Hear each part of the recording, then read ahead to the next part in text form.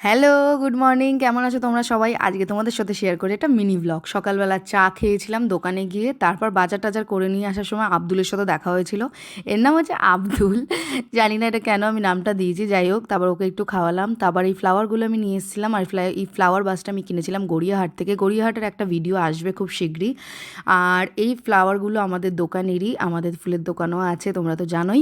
আর তারপর নিয়ে নিয়েছিলাম, পুজো করে নিয়েছিলাম, যেহেতু সোমবার ছিল।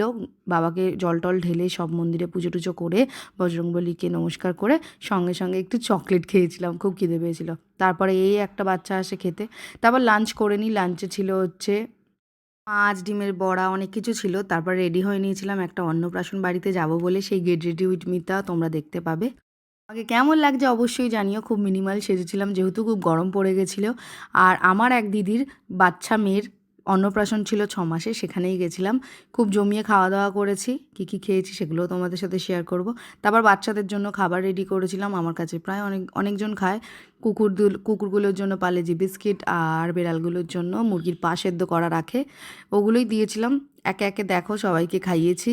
তারপর এইভাবেই আজকে দিনটা গেছে। এরকম ব্লগ দেখার জন্য তোমরা চাও কিনা সেটা আমাকে অবশ্যই জানিও। Thank you guys for watching, love you, tata.